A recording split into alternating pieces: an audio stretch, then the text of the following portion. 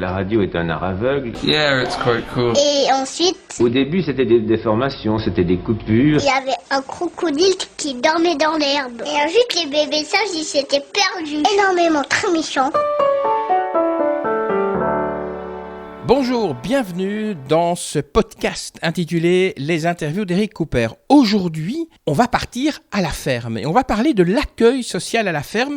C'est une facette assez méconnue du monde agricole. Pour nous en parler, nous avons Lorraine Guillaume qui est chargée de mission agriculture sociale au sein d'une ASBL qui s'appelle Accueil Champêtre en Wallonie. Je lui ai demandé tout d'abord de nous présenter cette ASBL, donc Accueil Champêtre en Wallonie. Donc Accueil Champêtre en Wallonie est une ASBL qui accompagne les agriculteurs et les ruraux, donc ils ne sont pas forcément des agriculteurs, dans leurs activités de diversification. Donc on a plusieurs pôles qu'on accompagne en matière de diversification. Donc on a par exemple les hébergements à la ferme, donc tout ce qui est gîte, des chambres d'hôtes, ou en gîte rural aussi. On a les fermes pédagogiques, on a les magasins à la ferme, donc tout ce qui est circuit court. On les accompagne aussi via le projet Diversiferme, enfin la structure Diversiferme, qui conseille justement pour ce qui est transformation à la ferme, vente, etc.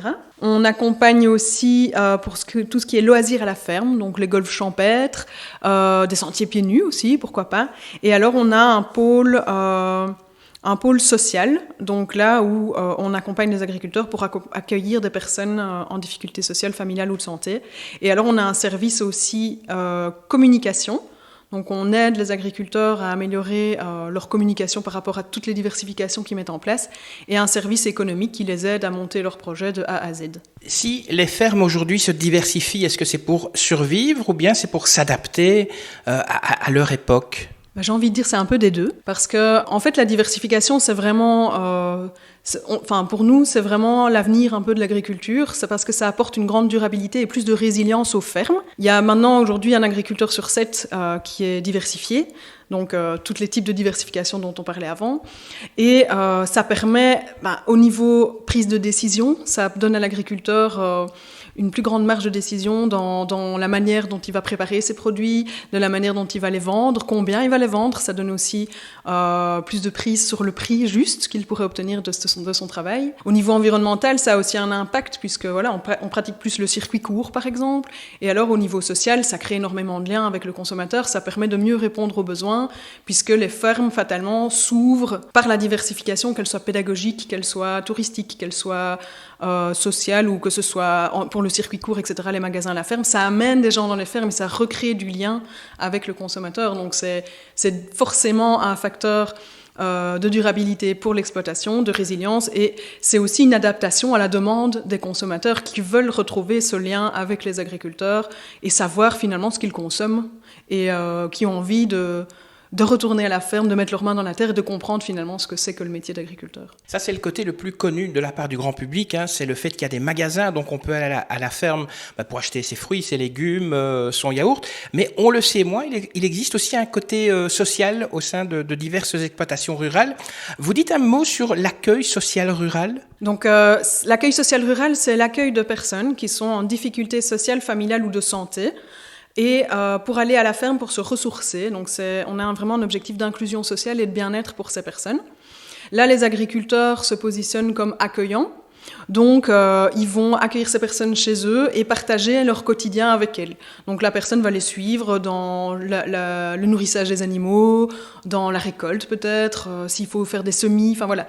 Toutes sortes de fermes peuvent accueillir finalement toutes sortes de personnes qui ont des difficultés familiales, sociales ou de santé.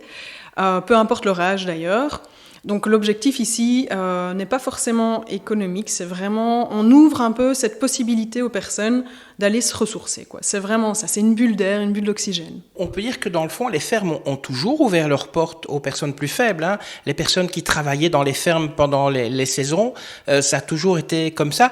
Qu'est-ce qui change aujourd'hui ? Est-ce que cet accueil est différent de celui d'hier ? Donc effectivement, c'est historique, l'accueil social à la ferme. Les fermes ont toujours eu une fonction sociale, mais avec l'industrialisation, justement, l'augmentation de la vitesse aussi de la vie d'une manière globale, de toutes ces normes qu'on impose, ça s'est petit à petit perdu, en fait. Donc, ça a été de plus en plus difficile d'accueillir des personnes à la ferme, de prendre du temps pour ces personnes. Et les normes font aussi que les agriculteurs se sont retrouvés dans une situation où ils pouvaient être mal pris s'ils accueillaient ces personnes à la ferme. On peut les accuser de faire de la main-d'œuvre en noir. S'il y a un accident, ils sont jugés responsables. C'est de moins en moins toléré culturellement.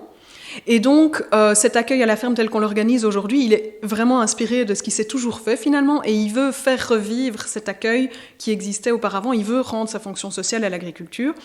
Et l'objectif ici, c'est qu'on met un cadre autour. Donc ça ne se fait pas, on met, si vous voulez, les balises nécessaires pour que toutes ces accusations dont pourraient faire l'objet les agriculteurs ne puissent pas être faites en fait. Donc on va mettre en place des conventions qui vont dire, voilà, là on est vraiment dans un cadre d'accueil social, dans un but d'inclusion sociale. On définit vraiment le cadre de l'accueil, on définit les assurances à prendre, et alors ce qui est important, c'est qu'on fait un partenariat tripartite toujours, c'est-à-dire qu'il y a un agriculteur qui accueille, une structure sociale et de santé qui accompagne une personne et évidemment la personne qui va à la ferme. Donc ces 3 partenaires-là sont toujours en présence et la structure sociale et de santé est un peu garante du fait que l'accueil se passe bien et que ça a vraiment un but social, qu'il n'y a pas d'abus, etc.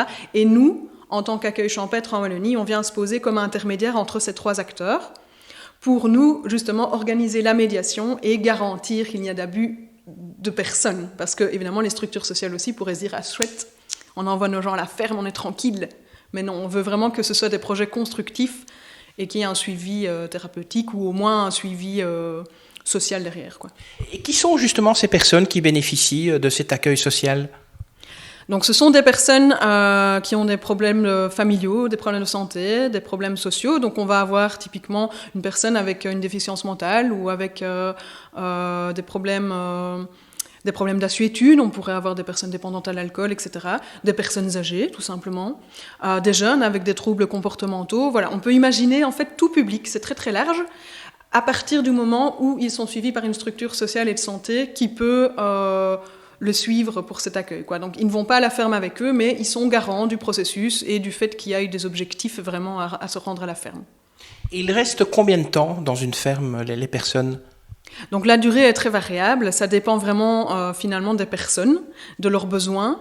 En général, ils y vont une journée à une demi-journée par semaine. Ça va durer quand même plusieurs mois. L'idée ici, c'est pas de faire du one-shot, c'est quand même d'avoir une certaine durée. Maintenant, ça peut varier de 6 mois à 1 an. Voilà, ça dépend vraiment des besoins. Il y a des projets qui se passent très bien et où la personne s'est vraiment fait une place au sein de la famille finalement de l'agriculteur et qui vont y passer des années, voire même leur vie, en fait. Il y en a qui, j'en connais, ils y sont depuis 20 ans, ils vont dans une ferme. Après, il y en a d'autres, c'est plus intégré dans leur parcours d'évolution, et donc ils vont y aller 1 an, 2 ans peut-être, et puis hop, ils continuent leur chemin. Ça dépend vraiment de la personne qui se rend à la ferme, en fait. Et l'agriculteur qui accueille ces personnes, est-ce qu'il reçoit une formation ? Au sein d'Accueil Champêtre en Wallonie, on organise une formation pour donner les outils de base pour l'accueil. Donc on ne veut pas qu'ils deviennent des accompagnateurs sociaux, c'est pas du tout l'objectif. On veut qu'ils restent agriculteurs, mais on leur donne des petits outils de communication, de gestion des émotions aussi, ou de voir quelles activités ils peuvent faire avec les personnes pour que ça leur soit bénéfique. C'est une courte formation de 6 modules qu'on organise maintenant tous les ans, à l'hiver en général. Et c'est vraiment, voilà, ça les aide quand même à entrevoir un peu leur rôle dans cette histoire-là. Et le fait de se retrouver dans un univers proche de la terre, ça apporte quoi justement aux personnes qui sont dans des fermes ? On remarque qu'ils se sentent énormément valorisés, en fait. C'est un peu faire ce petit geste utile à la ferme, parce que finalement, dans une ferme, tout ce qu'on fait est utile. Si on doit brosser la cour, il faut brosser la cour. S'il faut nourrir les vaches, traire, ils adorent les animaux évidemment. Planter, tout est utile et tout doit être fait. Donc c'est très valorisant. Alors ça apporte aussi pas mal d'autonomie parce que les personnes petit à petit apprennent de plus en plus à se débrouiller. Ils doivent aussi prendre parfois les transports en commun pour se déplacer à la ferme parce que c'est pas en ville les fermes, donc il faut y aller. Puis alors c'est aussi évidemment beaucoup de sérénité. On voit ça beaucoup chez les jeunes qui ont des troubles comportementaux, de l'hyperactivité. À la ferme, ils sont calmes, ils prennent les choses en main. On voit que ça apporte de l'assurance, de la confiance en soi. Vraiment, ça leur donne une place dans la société, en fait. Est-ce que ça leur permet aussi de se diriger plus tard vers un métier plus dans les jardins, dans les fermes, dans l'agriculture ? Donc l'objectif vraiment de l'accueil social n'est pas du tout de l'insertion socio-professionnelle au départ. Maintenant, il est évident que ça peut, pour certaines personnes qui évolueraient, elles peuvent effectivement se diriger après vers l'insertion socio-professionnelle et elles vont rentrer dans un cadre différent qui pourrait les amener à peut-être un jour avoir un métier comme ça, mais ce n'est pas l'objectif premier ici, parce qu'on ne vise pas du tout un rendement. On vise vraiment une remise en état personnel avant tout, retrouver son rythme dans la vie, se lever le matin, voilà, c'est vraiment cette bulle d'oxygène dont je parlais tout à l'heure. Maintenant, on a l'exemple d'un jeune garçon d'un IMP qui, lui, a vraiment pris goût, il prend goût à la ferme et c'est quelque chose vraiment de super pour lui, il voudrait vraiment passer sa vie là-dedans. Après, soit il va pouvoir suivre et faire des cours en tant qu'apprentissage, donc ici ça c'est ce qui s'était passé, il était devenu apprenti. Malheureusement après, il n'a pas pu travailler là-dedans, mais c'était un peu son rêve. Donc voilà, ça dépendra après des opportunités de la vie, mais ça pourrait aboutir, pourquoi pas, à un emploi dans l'agriculture.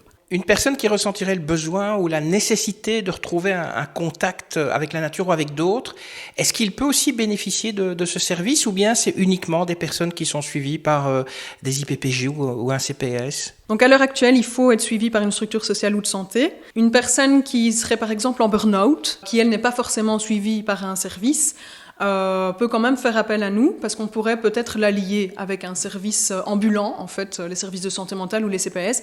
Il y a moyen qu'on relie les choses ensemble et on est en train de réfléchir effectivement à la manière de permettre à des personnes qui ne sont pas forcément en structure sociale mais qui ont quand même besoin de se ressourcer. Donc il faut quand même qu'il y ait ce besoin d'oxygène. C'est pas simplement du bénévolat, on va donner un coup de main à l'agriculteur, c'est pas ça l'objectif. C'est vraiment un objectif de bien-être, de soins, même thérapeutique dans certains cas.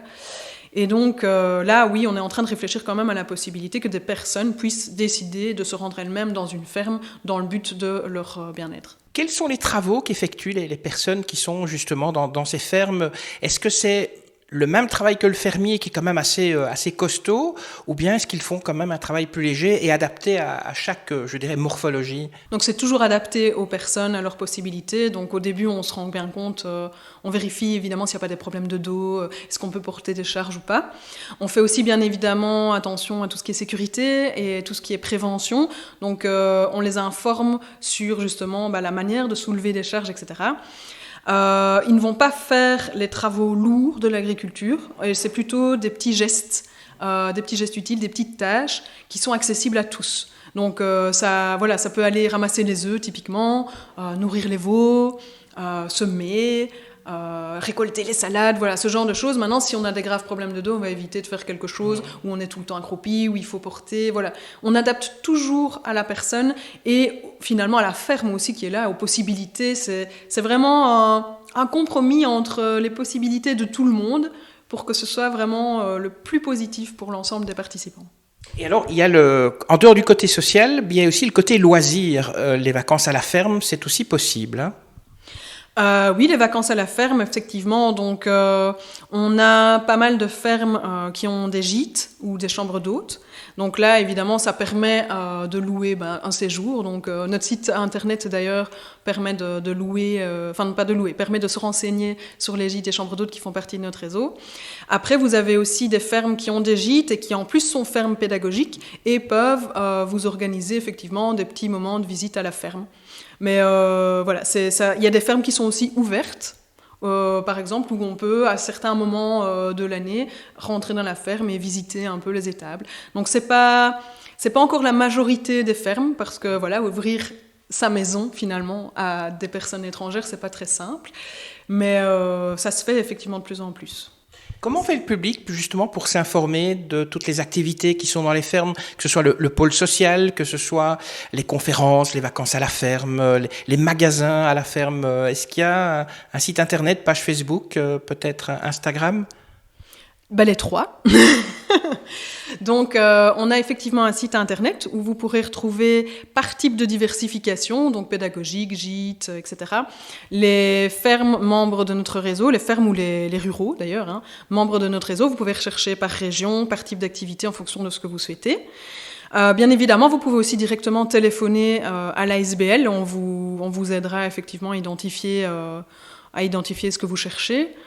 Maintenant, on a aussi une page Facebook, évidemment, sur Accueil Champêtre en Wallonie, et une page Instagram. Et alors, on a un agenda en ligne sur notre site web pro, où vous pouvez voir un peu toutes les formations et conférences qu'on organise. Et si on a envie de se lancer, de se dire, ben voilà, moi j'ai envie de lancer une ferme pédagogique, où j'ai envie justement de faire du social, ou bien de produire des aliments que je vendrai dans le magasin, vous assurez aussi un peu l'aide et les conseils à ce genre de personnes ? C'est même notre principale mission. Donc, on est bien évidemment conseillé, il ne faut pas hésiter à nous téléphoner. On connaît toute la législation, on fait de la veille législative, on se rend à la ferme, on fait des visites chez vous et on vous conseille à toutes les étapes de votre projet, puisqu'on a un pôle économique, un pôle communication et des chargés de mission pour chaque diversification. Mais pour ça, il vaut mieux avoir une expérience de la ferme ou d'avoir fait des études en agronomie, par exemple. N'importe qui, je veux dire, quelqu'un qui a toujours habité Bruxelles, il faut peut-être qu'il ait quand même une expérience à la ferme pour pouvoir lancer ce genre de projet. Mais j'ai envie de dire non. Pour moi, n'importe qui peut se lancer là-dedans à partir du moment où on est passionné et qu'on met l'énergie qu'il faut pour le faire et qu'on se renseigne. Voilà, je pense que n'importe qui peut se lancer dans un projet. On le voit d'ailleurs partout, des jeunes, des NIMA, qu'on appelle ça, des non-issus du milieu agricole, qui lancent des exploitations de maraîchage, beaucoup, des chèvreries, et de plus en plus de personnes qui ne sont pas du tout en lien avec le monde agricole au départ, deviennent agriculteurs aujourd'hui et cohabitent avec les gros agriculteurs qui sont agriculteurs depuis toujours. Et voilà, donc je pense que tout le monde peut devenir agriculteur un jour s'il en a la passion, quoi. Et le monde de l'agriculture, ce sera la dernière question, il se porte comment ? Je pense qu'on s'accorde tous pour dire qu'il n'est pas au milieu de sa forme, mais il y a plein d'opportunités qui se développent pour lui. La diversification en est une. On voit qu'il y a des courants agricoles qui se développent dans tous les sens. Donc on a justement ces jeunes nimaculteurs, qu'on pourrait les appeler, qui développent des projets maraîchers ou d'élevage. On a évidemment économiquement, je vais dire, l'agriculture telle qu'on l'a toujours connue, le gros système agricole. Là, il s'essouffle, donc il y a de plus en plus d'agriculteurs qui disparaissent. Le foncier est très très cher et donc c'est très difficile aussi de devenir propriétaire pour un jeune qui veut se lancer en agriculture. Avoir une ferme et avoir des terres, c'est quelque chose de très difficile. Maintenant, il y a des solutions qui existent, la coopérative Terre en Vue par exemple, où c'est des citoyens qui achètent des terrains pour les mettre en location à des agriculteurs à des prix corrects. Les agriculteurs se réunissent en coopérative aussi eux-mêmes. Il y a vraiment une réappropriation de l'agriculteur, du métier par l'agriculteur. Et la recherche de solutions est là. C'est bien connu que l'être humain est très résilient et les agriculteurs le sont aussi parce qu'ils l'ont toujours été. Ils dépendent du climat, ils dépendent de l'économie ambiante, ils dépendent des consommateurs. Donc voilà, je pense qu'on trouvera des solutions dans tous les cas. Laurent Guillaume, merci de nous avoir présenté votre ASBL dans laquelle vous travaillez, donc Accueil Champêtre en Wallonie. Je rappelle que si vous avez envie de partir en vacances, vous qui nous écoutez, eh bien vous allez sur leur site, Accueil Champêtre en Wallonie. Vous trouverez des gîtes à la ferme, des magasins également de fermes où vous pourrez acheter plein de bonnes choses. Et donc, on vous tiendra d'ailleurs au courant régulièrement des activités de cette ASBL. 3 petites choses à vous demander avant de libérer vos oreilles. Cliquez sur j'aime si toutefois vous avez aimé, mais je suis sûr que vous adorez ces podcasts. Abonnez-vous aussi à notre chaîne pour ne pas manquer la prochaine interview des interviews d'Eric Cooper. Et puis laissez un commentaire sympa. Moi, ça me fait toujours plaisir. Vous m'envoyez des mails parfois aussi. En fait, vous ne faites pas de commentaires, mais vous envoyez un petit mail sympa. Je vous dis merci et je vous donne rendez-vous la prochaine fois. Ça y est, c'est fini.